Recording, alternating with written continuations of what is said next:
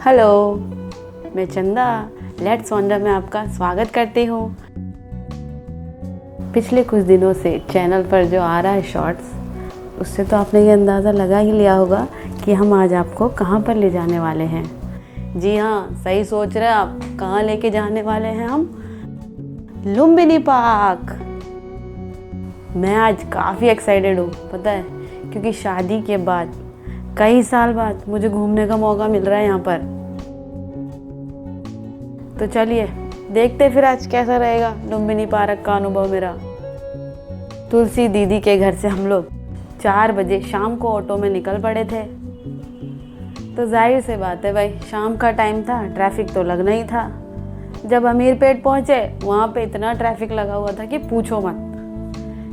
पंजा गुट्टा के ट्रैफिक से बचने के लिए हमने ऑटो वालों को कहा, जो हमारा ऑटो वाले थे उनको हमने कहा कि आप हमें ग्रीनलैंड से लेकर जाइए।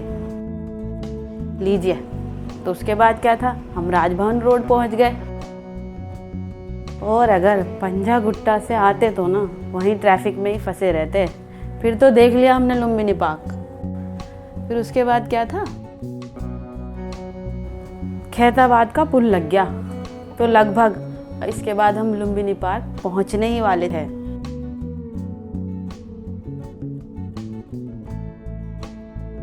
ये रहा हमारे हैदराबाद का प्रसिद्ध हुसैन सागर तालाब।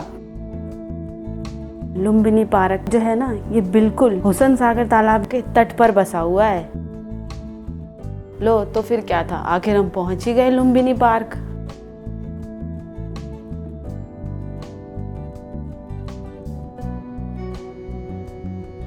चलिए अब ये देखते हैं इसकी एंट्री टिकट कितनी है। लो यहाँ पर क्या दिया है, बड़ों का टिकट चार्ज यहाँ पर कर रहे हैं 20 रुपये और बच्चों का है 10 रुपये टिकट चार्ज।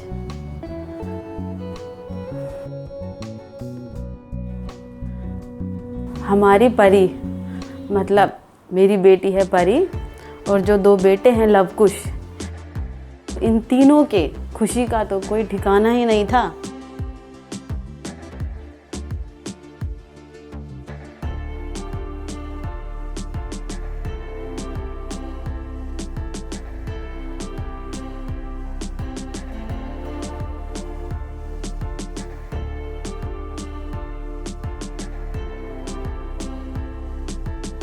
हमेशा 4 दीवारी में रहकर इन लोगों को ऐसा लग रहा था जैसे इन्हें पूरी आज़ादी मिल गई हो।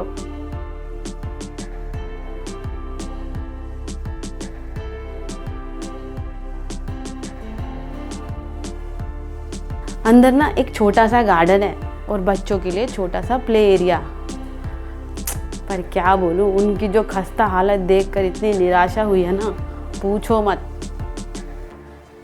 कहीं कहीं तो खेलने के जो उपकरण पड़े हुए थे सब टूटे थे, झूले भी सारे ऐसे ही थे टूटे उटे।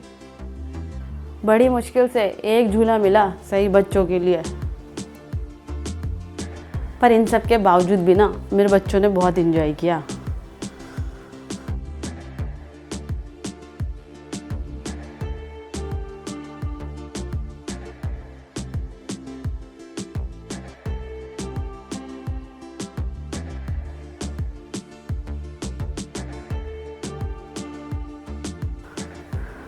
हमारे बच्चों को तो खुला मैदान ही काफ़ी था एंजॉय करने के लिए। फिर तो यहाँ पर बहुत कुछ था उनके लिए।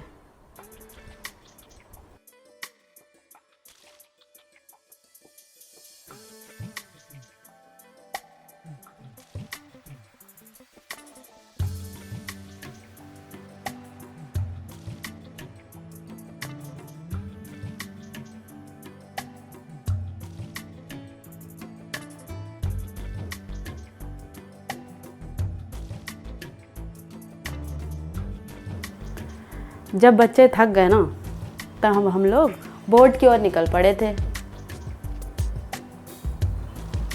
यहाँ पर क्या है, जो आते हैं ना घूमने के लिए, उनके लिए अलग अलग प्रकार की बोट है।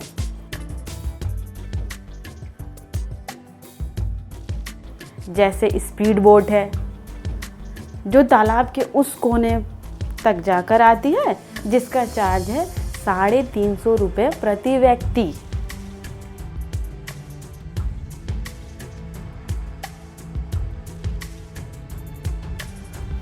और यहाँ पर दूसरा बोर्ड भी है, सुनो, जो है बागमती बोर्ड, जो बड़ों को 100 रुपये और बच्चों को 80 रुपये चार्ज करती है।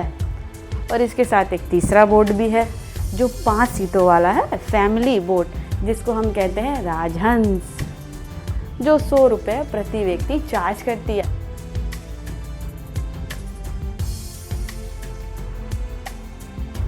एक बोर्ड भी है जो काफ़ी लोगों को ले जाती है, पता है, और इसकी कीमत ना 50 रुपये प्रति व्यक्ति है। तो हमने क्या करा, जो 50 रुपये वाली बोर्ड थी ना, हमने उसी में जाने का फैसला किया।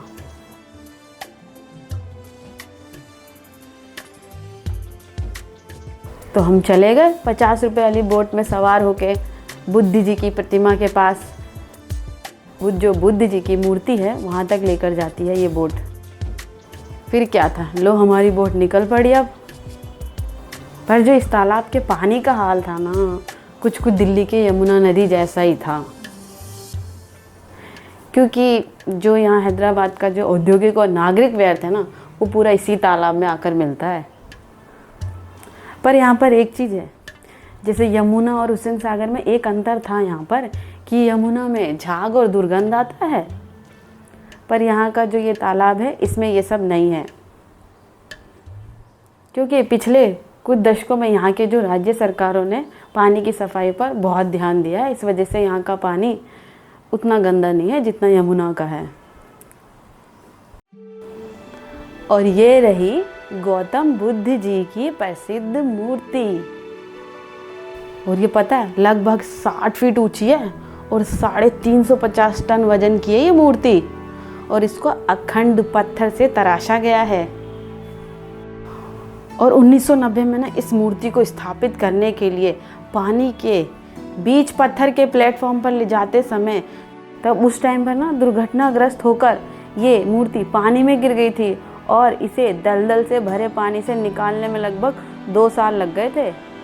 और तो और इस दुर्घटना में 10 लोगों की मृत्यु भी हो गई थी। फिर 1992 में इसे प्लेटफॉर्म पर स्थापित किया गया। और फिर 2006 में धर्म गुरु दलाई लामा ने इसका उद्घाटन किया। और जब से ये मूर्ति हैदराबाद की शान बनी हुई है।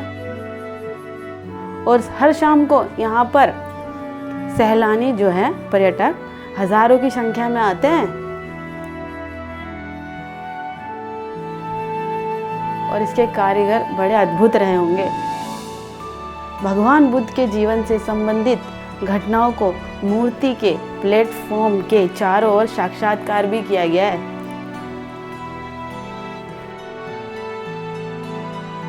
जब शाम को सूरज ढल जाता है ना, सूरज के ढलने पर यहाँ पर रंग बिरंगी लाइट की रोशनी में बुद्ध की प्रतिमा बहुत ही दिव्य लगती है, बहुत सुंदर लगती है।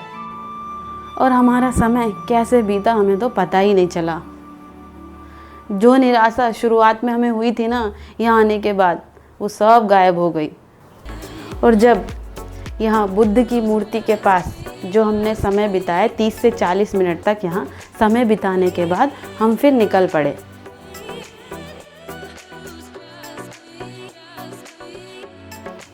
जरा देखिए कितना सुंदर नज़ारा है ये।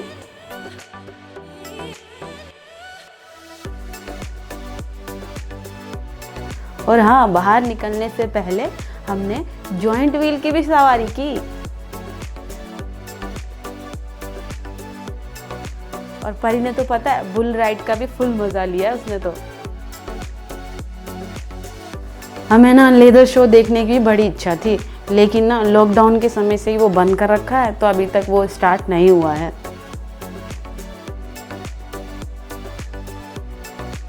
पर चलो कोई नहीं, बच्चों के साथ तो हमने काफी मजे किए। और आप सभी का लेट्स वंडर देखने के लिए बहुत बहुत धन्यवाद।